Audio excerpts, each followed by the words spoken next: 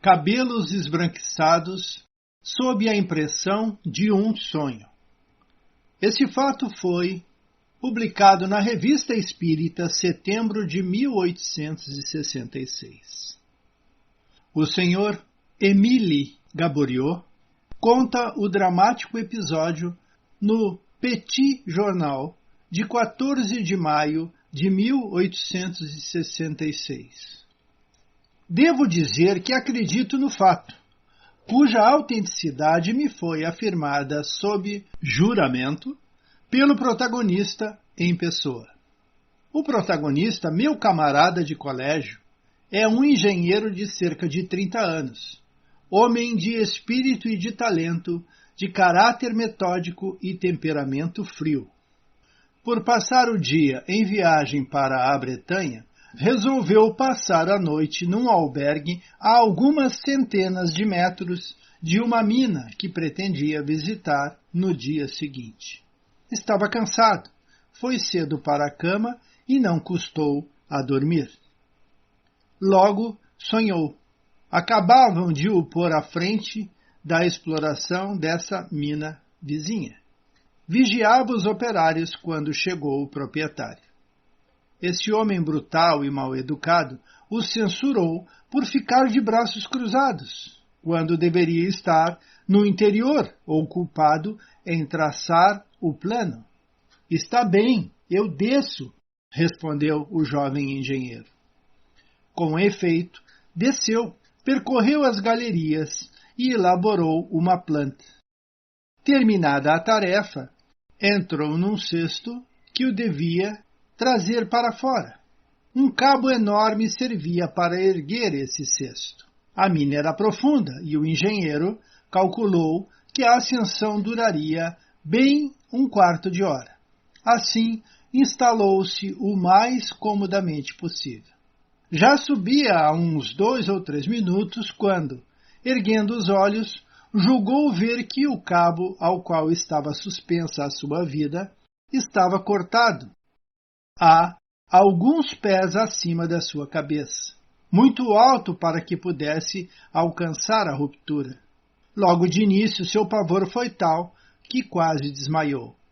Tentou recompor-se, tranquilizar-se. Não teria se enganado, visto mal?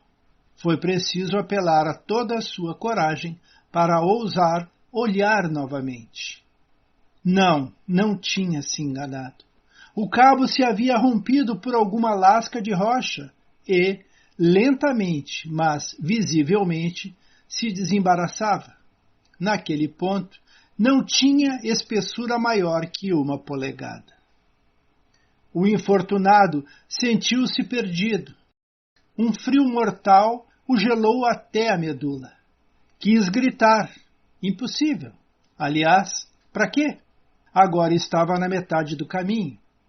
No fundo, numa profundidade vertiginosa, percebia as lâmpadas dos operários. No alto, a abertura do poço se lhe afigurava tão estreita que parecia ter o diâmetro do gargalo de uma garrafa.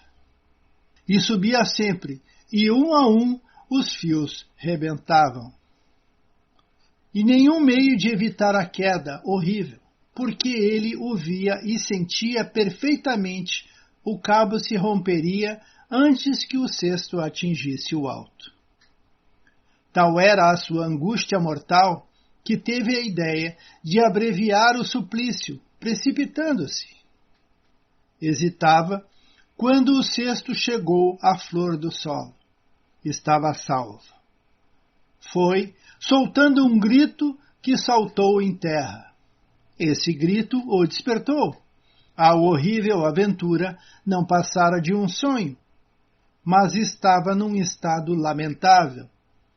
Banhado de suor, respirando com dificuldade, incapaz do menor movimento.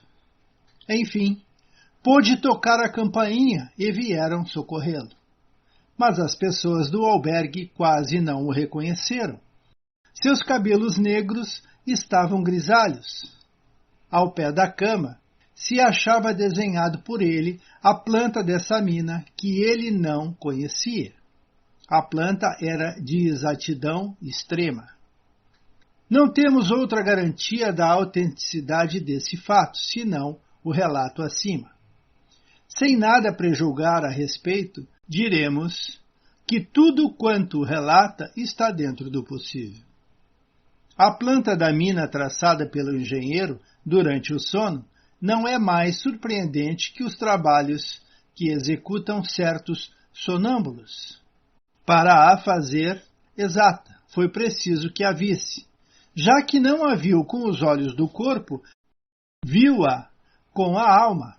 Durante o sono, seu espírito explorou a mina, a planta e a prova material.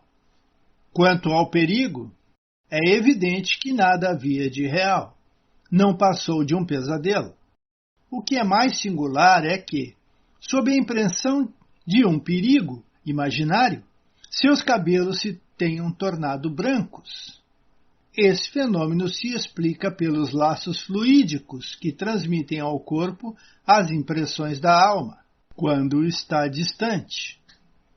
A alma não se dava conta dessa separação.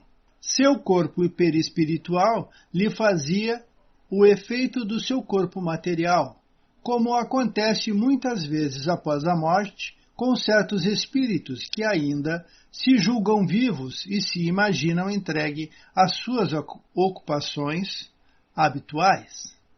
Mesmo encarnado, o espírito do engenheiro se achava numa situação análoga. Tudo era tão real em seu pensamento como se estivesse em seu corpo de carne e osso. Daí o sentimento de pavor que experimentou, vendo-se prestes a ser precipitado no abismo. De onde veio esta imagem fantástica? Ele mesmo criou, pelo pensamento, um quadro fluídico, uma cena da qual era o ator. Na visão do engenheiro, há, pois, duas partes distintas, uma real e positiva, constatada pela exatidão da planta da mina, outra puramente fantástica, a do perigo que correu. Esta talvez seja efeito da lembrança de um acidente real dessa natureza, do qual teria sido vítima em sua precedente existência. Pode ser provocada como advertência para tomar as precauções necessárias. Estando encarregado da direção da mina, depois de semelhante alerta, não negligenciaria as medidas de prudência. Eis um exemplo da impressão que se pode conservar das sensações experimentadas numa outra existência.